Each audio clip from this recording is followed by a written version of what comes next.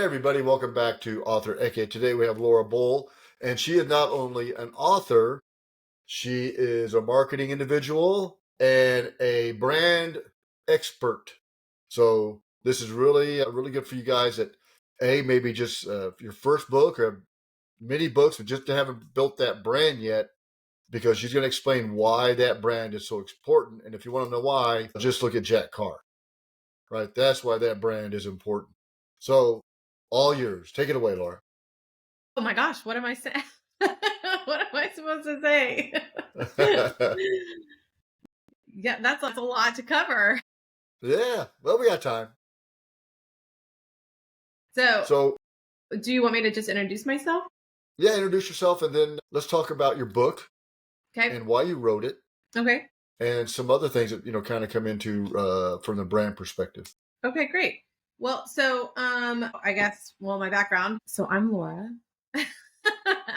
I was the head of marketing and artist development at Sony Music Nashville for I was with the company for over a decade, working with global brands, creative brands, right? So people who are taking their personal brand and turning it into a business brand, which is what my niche is. So, anyway, so I wrote this book after I left the label and I started working with more independent artists. And then I realized that a lot of creatives do not understand the difference between marketing and branding. And that was the biggest thing that kept coming up. So, somebody who was wanting to put out an album, which is the exact same industry as the book industry, by the way. Somebody who wants to put out an album, they would get $20,000 to $50,000 of investment. They would go record their album. They would spend the majority of that recording the album, right? And then they would have nothing left over. But what was left over, we would go to try to market. It's really hard to do that because you're doing a one project at a time situation. The artists were not connecting with their audience, and it was because they couldn't get past the specific song at the time and look at a broader theme. Like, what is that brand look like? And you can't build a business that way, right? So Mm-hmm. That's right. so I'm on a mission to really help creative entrepreneurs look at themselves in a new way. They are Mm-hmm. CEOs of a business. Yeah, yeah. You're writing a book. That's great. You're also an author, but you are a CEO of your Mm-hmm. business. And what all does that look like? If any business that you would be starting, they have the same steps, you have the same things that you need to allocate towards, and you're hoping to build long term, right? Not do Mm-hmm. this up and down, up and down, up and down thing. Yeah. So, anyways, so I wrote the book. I went back and got a master's in how to write a book at SMU. So I now have a dual master's in communication. I And think I need to get a high school diploma on how to rewrite a book.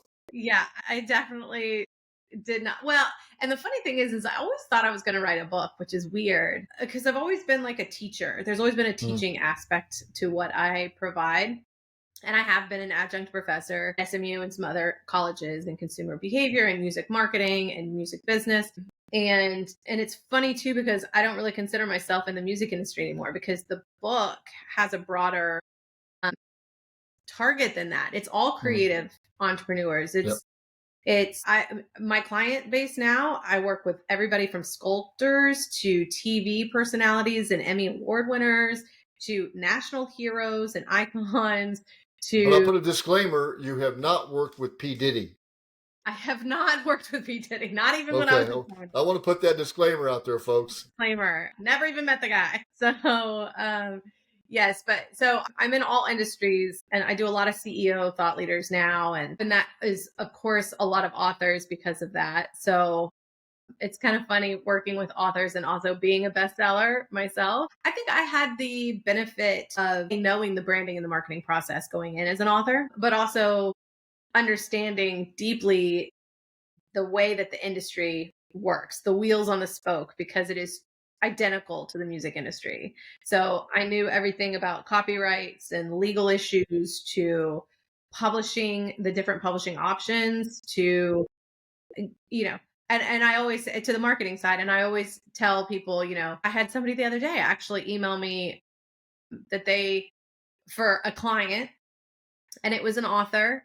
And they said, well, listen, I just printed all my books and I can't afford this yeah, it was a spot. So it was an advertisement and I can't afford this anymore. And so I was like, well, here's the deal. You don't want to ever get to that point because you need to constantly be marketing your books. Yes, yes. It is a delicate balance, making sure you have product. Yes, obviously. And it has to be great product, but it's an investment. Yeah, And it is. if You got to you look at it as a business plan, right? Like you said, every 100%, book is a business, and you got to allocate time, energy, and money to the all of it. different aspects of that business plan, and then reevaluate your plan as you go. And it's very important Yeah. to And build continually upon it. market your book. Yeah, every time, build upon different things. And I And mean, every I book, go so out and if find you, all sorts of stuff. yeah, and if you brand yourself correctly or brand your series of books, Hmm. right? Every book that you put out should build upon the one that came before it. So you're not starting from scratch every time. And that's the way Right, to save some money. And then also when it comes to consumer behavior and like identifying specific brands, if you don't have visual consistency, if you don't have narrative consistency, then people just will not connect. right. And then again, you're starting over from scratch every time and it's costing you a fortune. Yeah, that's And true. yeah, so you have to resell yourself every single time when you've already spent so much time building up that first. So anyways, yeah, so we're Yeah, gonna I talk mean, I about, went from thriller, suspense, espionage to historical fiction. And yeah. that's a leap. But I enjoy the historical fiction more writing about it than I did the thriller suspense. So I probably won't write any more of those. I just strictly with this because I think I just find it more interesting. But the history is about military, correct? Yeah. Typically, So it's kind of in the same vein.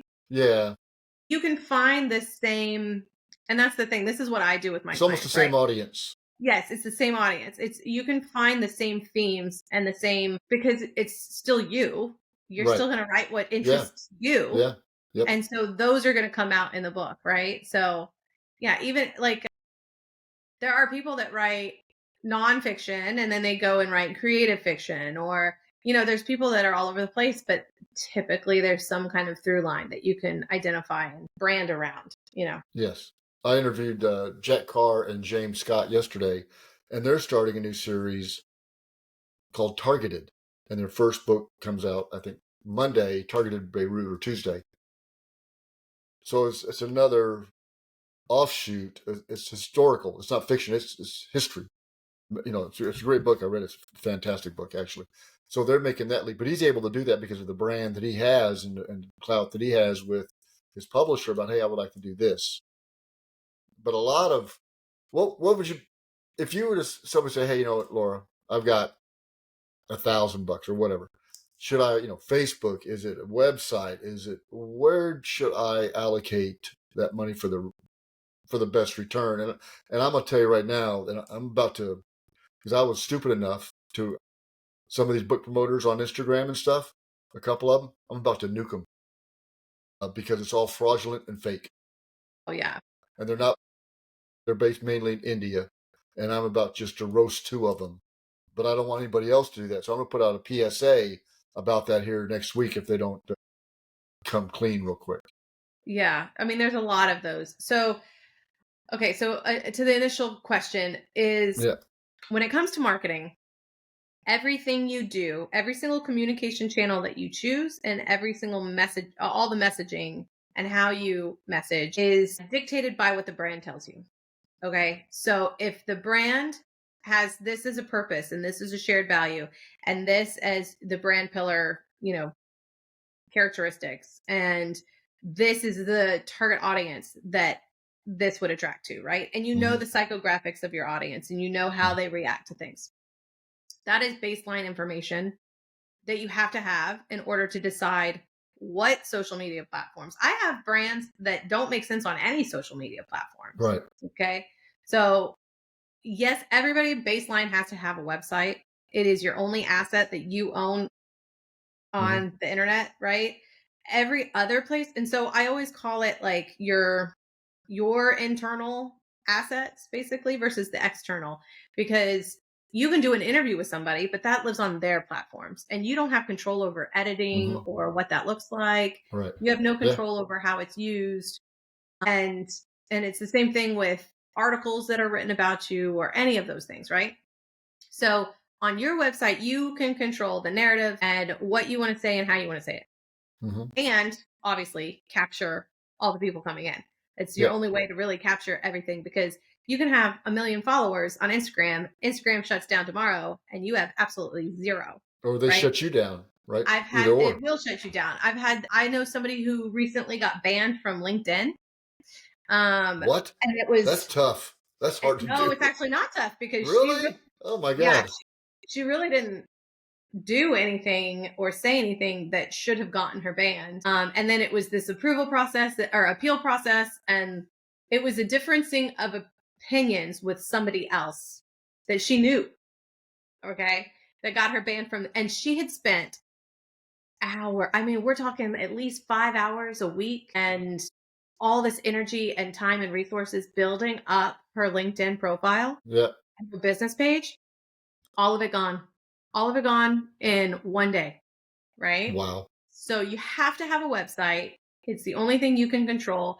The goal for social media is to bring people into that website. Always, always, always, Yeah. always. You want to bring people to your webpage and then sell your book, right? Right. Right.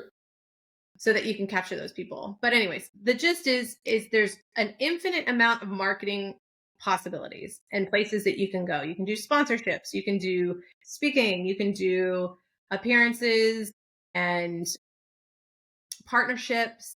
And I mean, there's so many Yeah. different ways to do it. Yep. Oh yeah. Your brand will narrow down what those options should be Hmm. and where to target. And then you'll have an idea of where you should be putting your efforts and your resources. Yeah. I do a lot of. Well, I have my podcast, right? But that's almost separate from the writing aspect, but kind of gelled together. Then I do a lot. I coordinate or I link up with a lot of people that are similar type books or authors in general. Then I also look for where can I go? Like last week, I was in Washington D.C. for the unveiling of the World War One monument, the first one, 106 years after the war. It's the first monument. That's shocking, actually. Yeah, it is. It is. That is shocking. Beautiful sculpture by Sabin Howard. Beautiful. But I went there and I met some folks, and then through going to BoucherCon and some other conferences, linked up, and now I'm going to be in Tampa on the 11th of November on Fox. I think it's 13 in Tampa for Veterans Day special.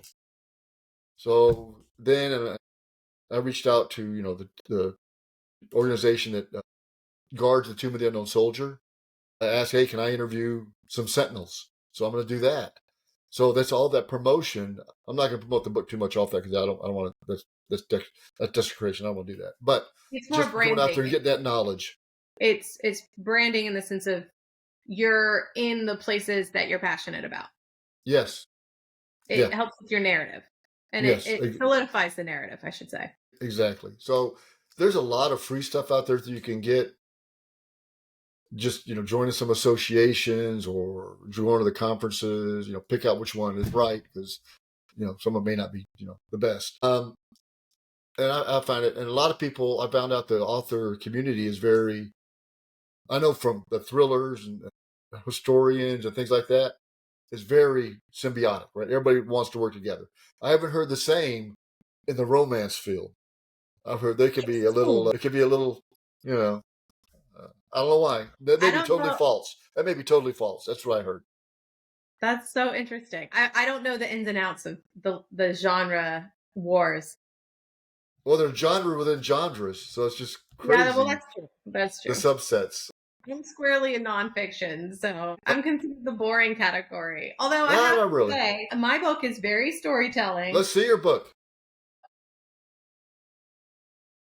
It is From Individual to Empire, a guide to building an authentic and powerful brand. So basically, what my book is about is really answering the difference between, it is a branding book. It is not a marketing book. If you want social media strategies, that's not this book. There's thousands of books about that, right? This book is really helping, like the first part, it's broken down into 3 parts. The first part is about it's the introspection. It's the positive psychology. It is what makes you tick. What's your purpose? What are those characteristics and personality traits and strengths and weaknesses and everything about you that will help you gain influence, right? So there's influence principles and all of that research, scientific research that's in the first part. And it really, you have to kind of do that work before you can go into the next part. And so again, this book is for creative entrepreneurs. So it's anybody who is the product that they are selling, anybody who is trying to figure out their personal brand and then turn that into a business. So a Martha Stewart, a Taylor Swift, a whoever, right? This and every single chapter in my book is framed around a mega influencer like Oprah Winfrey. You know what I mean? Oh yeah. Reese Witherspoon. That chapter breaks down the principle that I'm trying to explain, but it's people I've worked with and it's stories about, these people's lives and stuff and pop culture moments. And then there's exercises mixed in. And then at the end of every chapter, it's the what's next section, which is my homage to Aaron Sorkin. And the what's next section is just the steps. Like this is the 3 or 4 things that you need to do before you move on to the next. So the first you part, can't give people too many steps or they won't do them. No. Right, they will not do them. But the goal that I explain in the book is I break all of those sections down, and it's really about finding the brand pillars that fall in the center of that Venn diagram. So if anything is in the center, it should be shown in all the visuals and all the imagery. If it's in that center, it should be coming out in the narratives, in your personality, etc. And then same thing with the product. It needs to be infused in the product, or there is no cohesiveness, right? And that's what there is no such thing as the it factor. It's just somebody really understanding how to present their brand in nanoseconds to an audience. Right? You need an elevator pitch. I say, get on the elevator, see how long it takes to go to the second or third floor with somebody, and you got to effectively communicate that what you do or what you're selling or whatever to that person, so they want to dig in more. And always have a bookmark or a business card, right? Something that's your what do they call that? The action, right? The action item. And all, even when you're talking to somebody, whether you know it or not, you're trying to sell yourself. Yeah. Well, and especially if you're the product, right, that you're selling. Yeah. And then, I always get with people I've worked with in the past, there's a huge struggle with burnout and I don't want to sell out because it's an art, those kind of things I get a lot. So the last portion of the book really breaks down the difference between the private narrative and the public narrative. How do those two dance together? And then also how to evolve over the next 20 years. How do you evolve your brand? Because you as a person, you're going to change all the time. Your priorities are going to change. Your life is going to ebb and flow, right? But how does your brand stay consistent, but slowly evolves over time for the marketplace, right? Right. So we break those things down. And it's so different branding a person versus a product. So if I'm working for Jeep, I'm going to be in a boardroom full of people, and we're all going to put a personality onto a Jeep in order to sell it to a target audience. So outdoorsy, fun, rugged, adventurous, right? When you're dealing with a person, they already have these personality traits. They already have a life of, experiences and priorities and values. And how do you pull that all together and just turn it into a Nike swoosh, and that's the skill. That's what I do. Yeah. That's the tough part. You got to evolve your brand as your customer base changes, as the demographics change. Yep. But you want to stay, core, I think, to your initial, why people gravitate towards you. Why do people buy what you're trying to sell? Yeah. Why do people listen to what you're saying? It's funny because I have a good example, because people can get really derailed.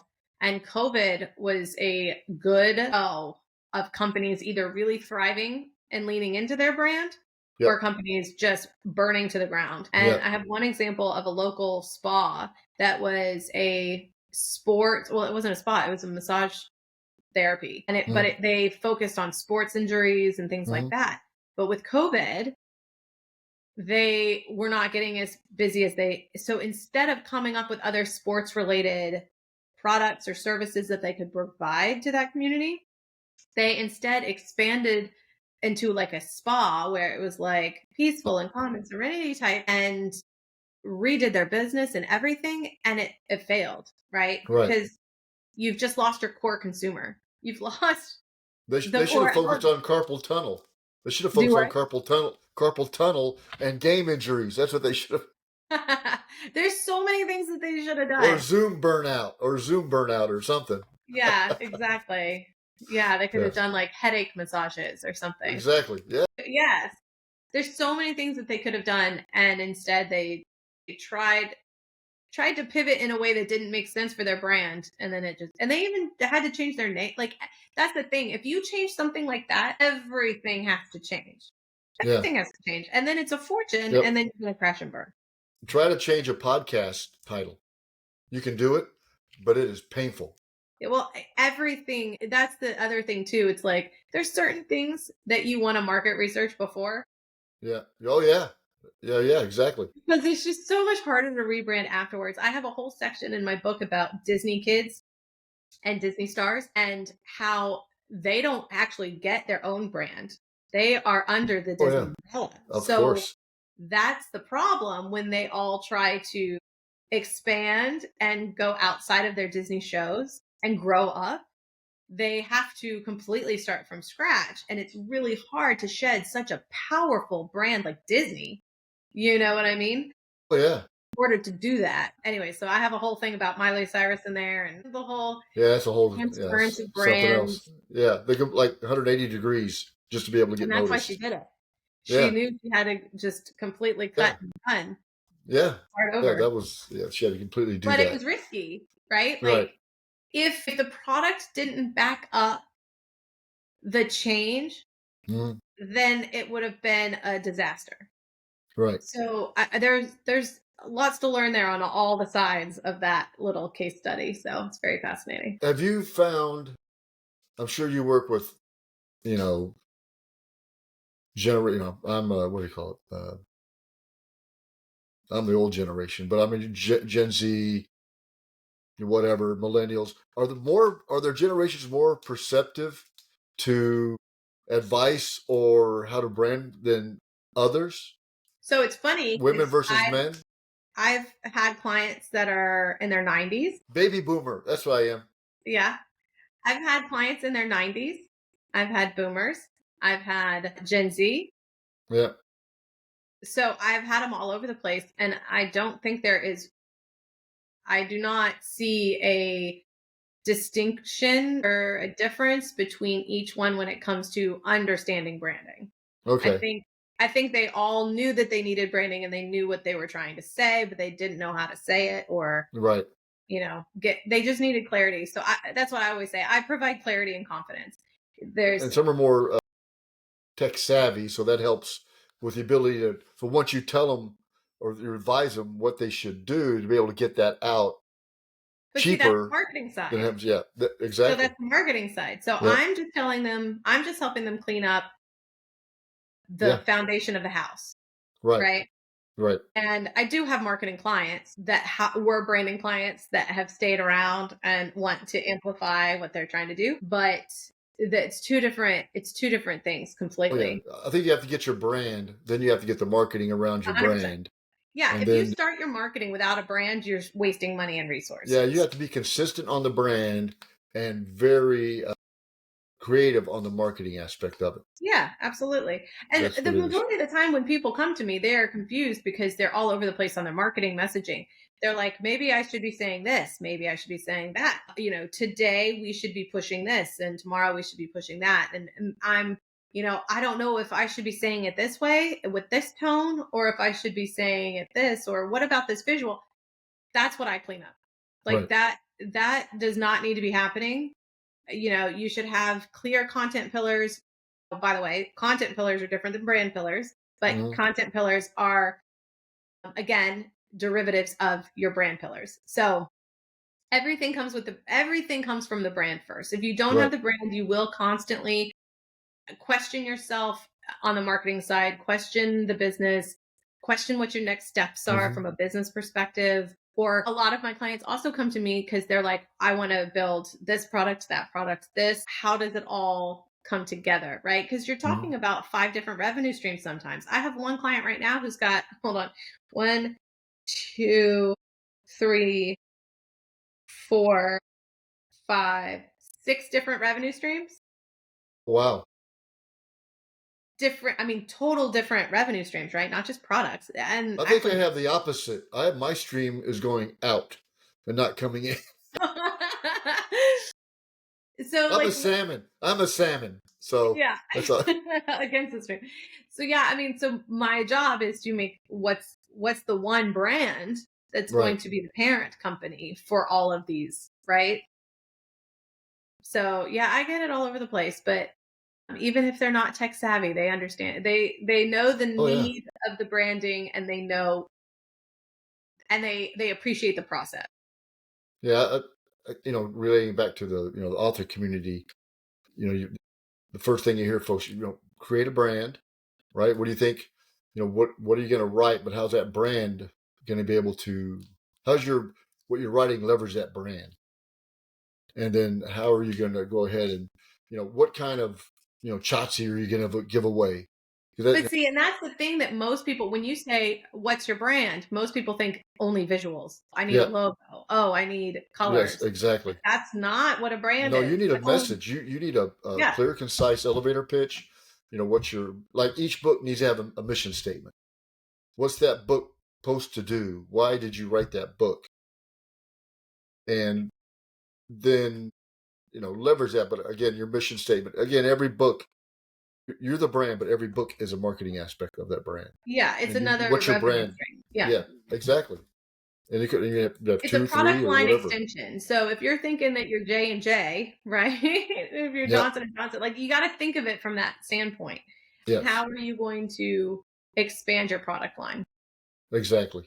No, that's so true, and I think that's what gets lost. Or folks are so centered, which maybe get writing the aspect of the book, right, getting it done, and then sometimes they might rely on the publisher too much from a branding aspect of it, whereas where they feel uncomfortable in that brand and Yep. they cannot represent that brand because that's not who they are.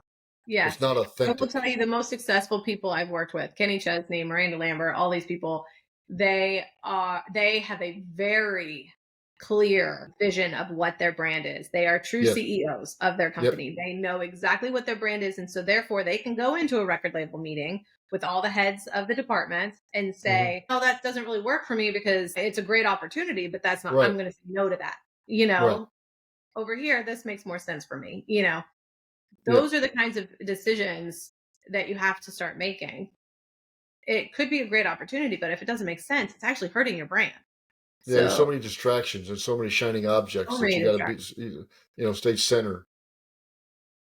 Don't, And then, don't. and then the artists that are signed to major labels that do have the possibility to make be very successful.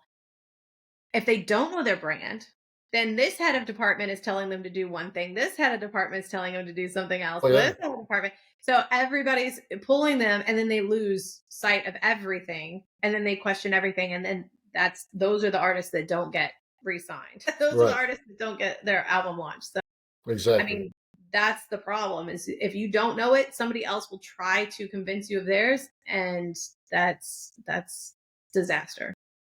So what are if you could, like the three main things somebody needs to focus on in a brand? Top three.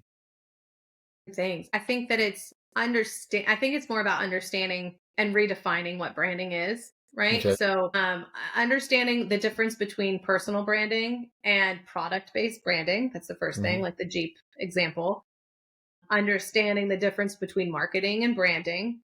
Branding should happen first, right? And you should have that foundation of the house, and then you build the studs and everything on top of that, right? That's the marketing.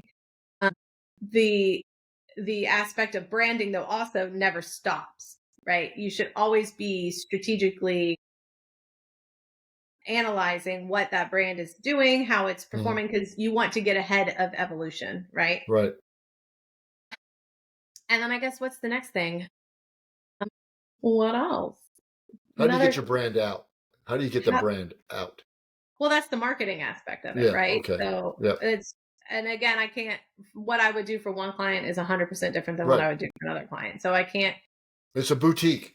It's a yeah, very boutique yeah, you industry. have, and that's okay. So that's a good third principle is don't look towards competition all the time because they're not your brand, right? Right.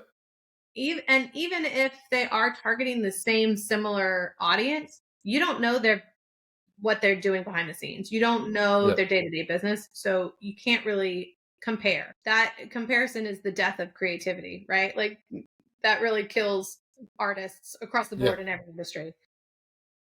So you just got to really understand your brand and then have that clarity and confidence. Like if you are confident about your brand, you will lean into it regardless of what the competition is doing. Right. So where can everybody get a hold of you? Well, the website is the book is everywhere. Uh-huh. It is ebook, audiobook, hardcover, and paperback. Okay. Amazon, obviously, and all the other places. And then my website is www.thebrandmgmt.com. So it's the brand management company. Okay. And that'll take you to the book details and all that stuff as well. And Laura's based in McKinney, Texas, I think, or around about there. Yeah, McKinney, yeah. And yep, because we met at actually a book. We were on a panel together at Yeah. the McKinney Literary Fest, which The was publishing fantastic. They panel did a that great should have job. Yeah, the publishing panel that should have been a whole day that we had an yeah. hour. Oh, I know. And they did a great job. Yeah. The kudos to that. They Oh did a yeah. great job.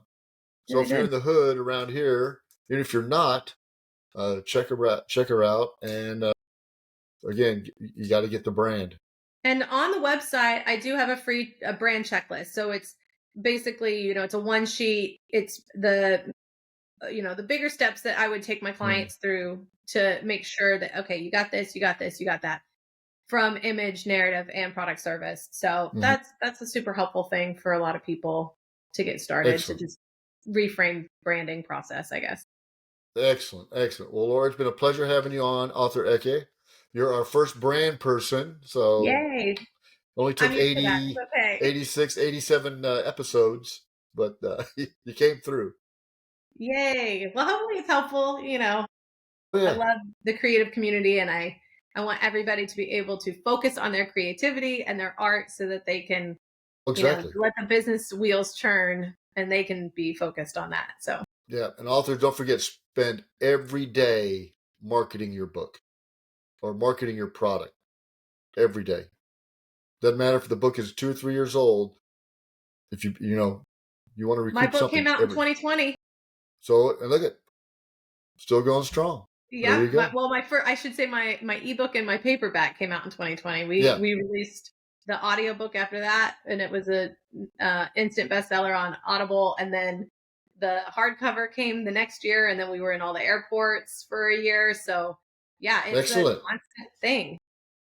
Yeah, you got to keep on trucking, as they used to say in the 70s and 80s for you Yeah. older folk. So great. So Laura, thank you very much for being on Author Eke, and the best of luck. Thanks for having me. Thank you. Bye-bye.